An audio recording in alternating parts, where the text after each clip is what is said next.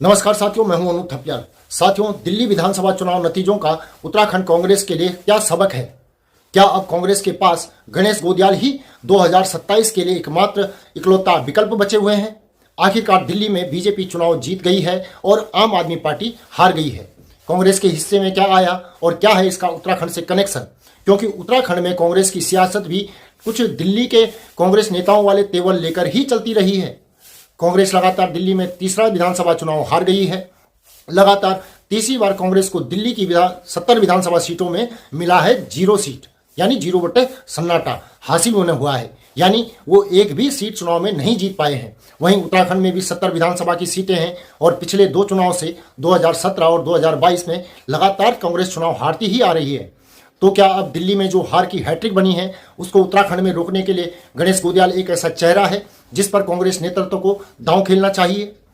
इस पर बात करने से पहले आपसे आग्रह है कि वीडियो को लाइक और शेयर करें और हमारे चैनल को सब्सक्राइब भी जरूर कर लें। साथियों, क्या आप जानते हैं कि जिस तरह से दिल्ली में कांग्रेस के तमाम प्रदेश के नेता थे जो उत्तराखंड के प्रभारी रहे, देवेंद्र यादव हों या संदीप दीक्षित हों या दूसरे नेता हों, बड़ी बड़ी डींगे वहां पर हाँक रहे थे कि आम आदमी पार्टी के साथ लोकसभा का चुनाव 2024 से लड़कर उन्होंने देख लिया है, कुछ भी हासिल नहीं हुआ। सातों की सातों सीटें बीजेपी तीसरी बार भी दिल्ली में जीत गई। इसीलिए इस बार अकेले लड़ा जाएगा तो कांग्रेस का खाता वहां खुलेगा। उत्तराखंड से भी हरीश रावत जैसे तमाम नेता दिल्ली गए थे, बड़े बड़े दावे वहां पर कर रहे थे कि इस बार दिल्ली की जनता में कांग्रेस के लिए उत्साह दिखाई दे रहा है। लेकिन वह पार्टी 2% भी अपना वोट नहीं बढ़ा पाई और एक भी सीट वहां पर नहीं जीत पाई। तीसरे चुनाव में भी कांग्रेस शून्य पर आउट हो गई है। दिल्ली में यह बड़ा बदलाव हुआ कि 26 साल बाद बीजेपी का सत्ता का वनवास खत्म हुआ और प्रचंड बहुमत के साथ दिल्ली विधानसभा में भाजपा सत्ता पर काबिज हुई है। केजरीवाल करीब 10% वोटों का नुकसान के साथ 52 सीटों से 22 पर अटक गए हैं। हाँ, कांग्रेस का कुल फायदा यह समझा जा सकता है कि 13 विधानसभा सीटें ऐसी थी जहां पर आम आदमी पार्टी के जो हार के वोटों का अंतर था वह कांग्रेस के वोट उनको मिले थे उससे कम था। यानी अगर कांग्रेस और आम आदमी पार्टी मिलकर के चुनाव लड़ती तो इन सीटों के नतीजे कुछ बदले भी जा सकते थे, जिसमें अरविंद केजरीवाल और मनीष सिसोदिया से लेकर तमाम आम आदमी पार्टी के दिग्गजों की सीटें भी शामिल हैं। वहीं उत्तराखंड में कांग्रेस लगातार चुनाव दर चुनाव बारी बारी सत्ता में भागीदार रही है, लेकिन 2022 में बीजेपी ने सत्ता की सियासत को बदला और दोबारा सत्ता हासिल की।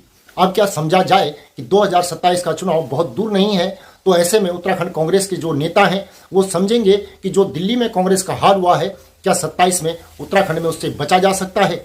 यह एक बड़ा सवाल है, क्योंकि जिस तरह से कांग्रेसी कॉरिडोर से लेकर सोशल मीडिया में और बीजेपी के भीतर भी लगातार यह चर्चा होती रहती है कि गणेश गोदियाल एक ऐसे नेता हैं, गणेश गोदियाल एक ऐसे चेहरे हैं जिसको लेकर के पॉलिटिकल कॉरिडोर में चर्चा होती है कि उन पर कांग्रेस अगर भविष्य में दांव लगाएगी तो कुछ कांग्रेस के लिए संभावनाएं बनती हुई दिखती हैं। जिस तरह से निकाय चुनाव में कांग्रेस का प्रदर्शन बेहद निराशाजनक रहा, खासतौर पर मेयत पद पर।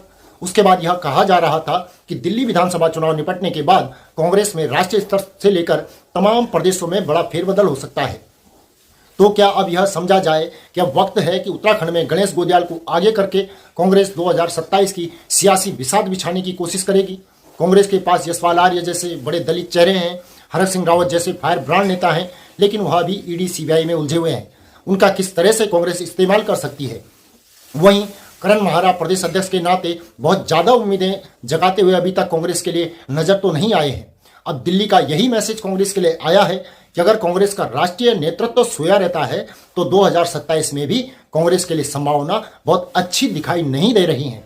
इसीलिए क्या अब ये वक्त आ गया है कि गणेश गोदियाल जैसे चेहरे और उनके अलावा जो बड़े चेहरे हैं, यशपाल आर्य, गणेश गोदियाल, हरक सिंह रावत और जो कांग्रेस के मजबूत नेता हैं जो बीजेपी से लोहा ले सकते हैं, क्या उनको मौका दिया जाएगा?